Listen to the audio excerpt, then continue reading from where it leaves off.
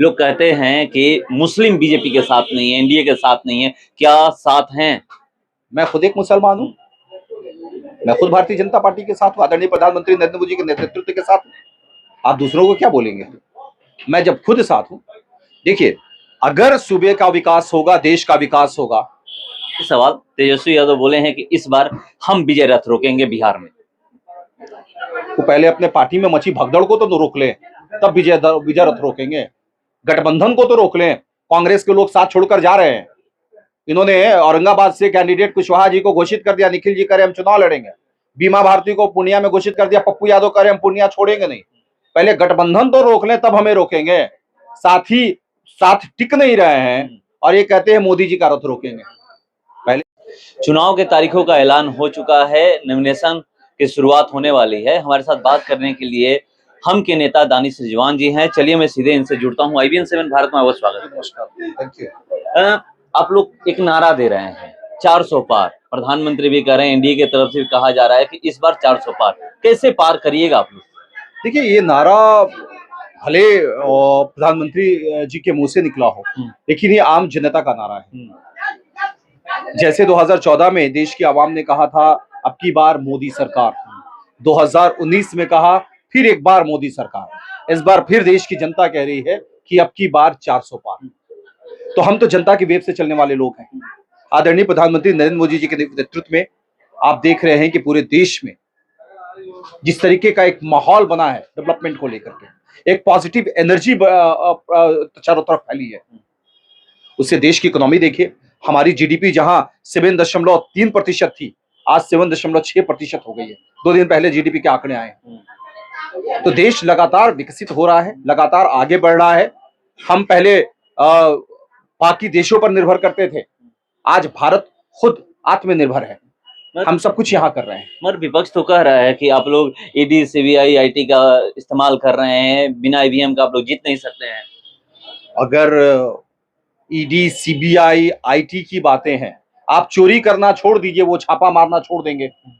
आप नौकरी दीजिएगा, जमीन लिखवाइएगा, वो छोड़ दीजिए, सीबीआई आपसे पूछताछ करना छोड़ देगी। आप 100 करोड़ रुपया रिश्वत लेकर के शराब नीति बनाइएगा और कहिएगा ईडी वाले हमको तंग कर रहे हैं, आप ऐसी गलत नीतियां बनानी छोड़ दीजिए, ईडी वाले पूछताछ नहीं करेंगे।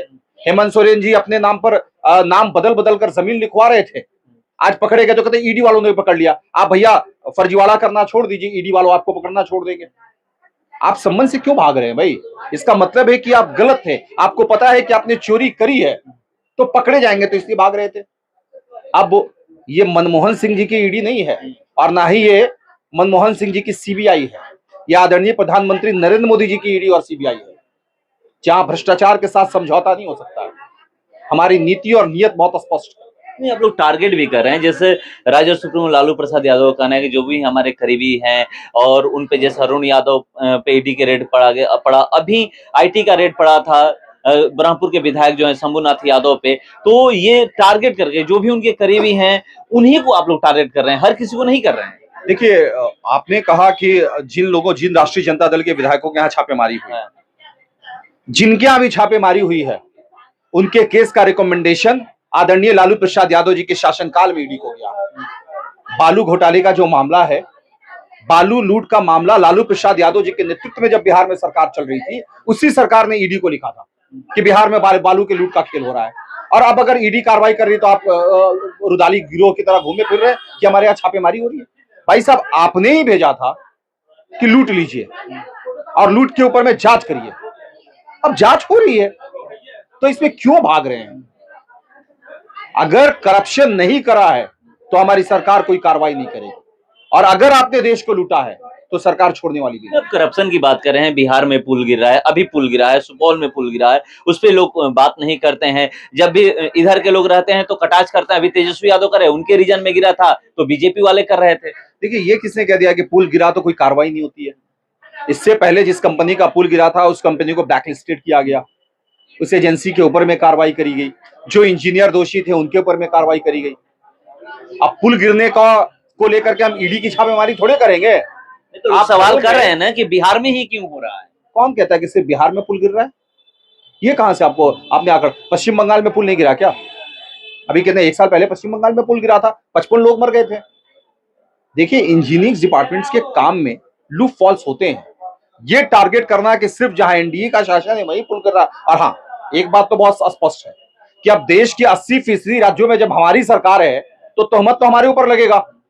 20% राज्यों में जहां गैर भाजपाई सरकार है, गैर एनडीए सरकार है, वहां पुल गिरती है तो कोई रुदाली गिरोह के लोग नहीं आते हैं। लेकिन हमारे यहाँ ज्यादा, हमारे राज्यों में सरकार है तो ज्यादा इस तरह के सवाल उठते हैं।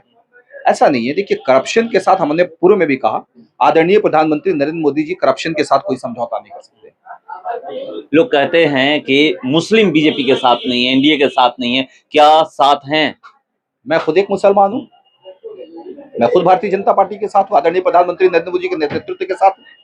आप दूसरों को क्या बोलेंगे? मैं जब खुद साथ हूं।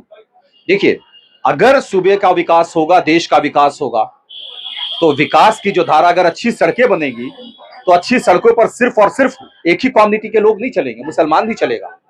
अगर देश में नौकरियां बटेगी तो नौकरियां चुन के नहीं दिया जाएगा, मुसलमानों को नहीं देंगे, हम सिर्फ और सिर्फ हिंदुओं को देंगे, बाकी कम्युनिटी के लोग को देंगे। अगर बेहतर स्वास्थ्य सुविधाएं बनेगी, अस्पताल बनेंगे, तो सिर्फ और सिर्फ अस्पताल में हिंदू कम्युनिटी के लोग नहीं जाएंगे, बाकी कम्युनिटी के भी लोग जाते हैं। तो ये तहमत लगा देना कि विकास से मुसलमानों को दूर रखा जा रहा है, ये सिर्फ रुदाली गिरोह का एक एजेंडा बना हुआ है। आदरणीय प्रधानमंत्री मोदी जी ने मुसलमानों के लिए क्या गलत काम किया? आज आप उत्तर प्रदेश में उठाकर देखिए, लोग कहते हैं कि उत्तर प्रदेश में योगी राज में ये हो रहा, दंगे क्यों नहीं होते यूपी में? अब कहां कोई दंगा हो रहा है? और अगर दंगा होता तो सबसे ज्यादा प्रभावित कौन होता था? मुसलमान होता था। लेकिन उत्तर प्रदेश में आज दंगे नहीं हो रहे तो सुरक्षित कौन है? हिंदू सुरक्षित है कि मुसलमान? पूरा का पूरा समाज सुरक्षित है। दंगा होता है तो दंगाई घरों को नहीं देखते कि घर हिंदू का है कि मुसलमान का है, आग दोनों के घर में लगती है। तो अगर देश में काम, बेहतर काम हो रहा है तो सारे कम्युनिटी के लिए हो रहा है। एक आखिरी सवाल, तेजस्वी यादव बोले हैं कि इस बार हम विजय रथ रोकेंगे बिहार में। तो पहले अपने पार्टी में मची भगदड़ को तो रोक लें, तब विजय रथ रोकेंगे। गठबंधन को तो रोक लें, कांग्रेस के लोग साथ छोड़कर जा रहे हैं। इन्होंने औरंगाबाद से कैंडिडेट कुशवाहा जी को घोषित कर दिया, निखिल जी करे हम चुनाव लड़ेंगे। बीमा भारती को पूर्णिया में घोषित कर दिया, पप्पू यादव करे हम पूर्णिया छोड़ेंगे नहीं। पहले गठबंधन तो रोक लें, तब हमें रोकेंगे। साथ टिक नहीं रहे हैं और ये कहते हैं मोदी जी का रथ रोकेंगे। पहले अपने घर को देख लें, फिर हमारे पास आएंगे। तो देखिए, कह रहे हैं कि तेजस्वी यादव पहले अपने घर को देख ले, उसके बाद हमारे पास आएंगे। चलिए, हम लोग इंतजार करते हैं, क्योंकि बीजेपी का नारा है 4 जून को, अब देखिएगा 400 पार। इंतजार करते हैं हम लोग। फिलहाल इसको इतना ही, बने रहिए हमारे साथ। नमस्कार।